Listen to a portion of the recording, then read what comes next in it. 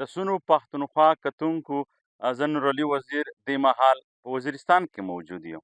لکه څنګه تاسو ته پته ده چې د شجرکارۍ مهم شروع شوی دی، نو په دې لړ کې د دې سیمې خلکو په خپلې مرستې سره شجرکارۍ مهم پیل کړی دی او مختلف قسمه ونې بوټي لګوي.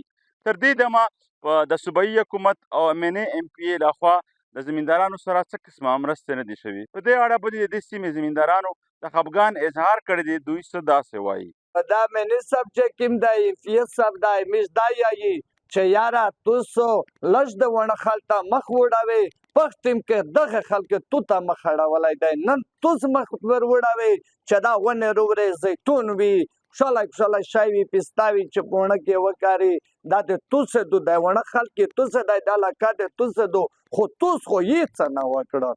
حکومت د دغه پوره هیڅ نه وکړل مخته شا بیټ تل وکړ سرکوري ورکول شاجه هیڅ نه وکړل نه بیټ روغلل او بیټا ډېر قیمته ختلی دی زیتون او الیچا امبلوک ډېر زیات استعمالیږي په دغه قیمت ډېر زیات شو. د دې سیمې خلک اندېښنه څرګنده کړه. دوی وایي چې تر دې دمه په حکومتي کچه باندې د شجرکارۍ مهم چې کوم دی هغه نه دی پیل کړی شوی. څه قسمه ونې بوټي دوی ته نه دي ورکړی شوي. ځایي خبریال ادم خان وزیر وایي چې دلته کې د اوبو کچه چې کومه ده هم لاندې روانه ده. دوی وایي چې که چېرته کې دلته کې سمال ډیمونه په وخت باندې نه وتړل شي نو ښکاري داسې چې د اوبو کچه چې کومه ده هغه به ورځ تر بله نور هم لاندې روانه وي. صوبایي حکومت ته په چار دو چې مختلف موضوع ځایونه کې سمال ډیمونه جوړ کړو او خاص کر صوبایي حکومت یوه دا غټه کمزوري دو چې دی په شجرکاري مهم کې داسې کردار نه کا دا لکه په نور کورینو چې کومې ونې تقسیمېدلې لګېدلو نو وز دی ته په چار وا چې صوبایي حکومت په مختلفو علاقې کې داسې ونې تقسیم کړي وای.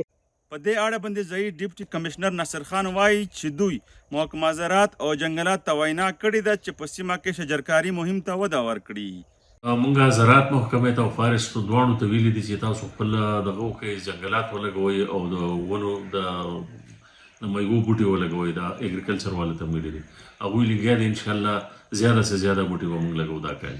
ځایي خلک وایي چې دوی په خپلې مرستې سره ونې بوټي لګوي او میوهدارې ونې تر دې دمه د حکومتي کچه دوی ته نه دي میلاو شوي. دوی وایي چې که چېرته د زمیندارانو سره په حکومتي کچه مرستې وشي نو دلته کې به زمینداره ته نوره هم وده ورکړی شي. نورعلي وزیر، سونو پښتونخوا، جنوبي وزیرستان، وانه.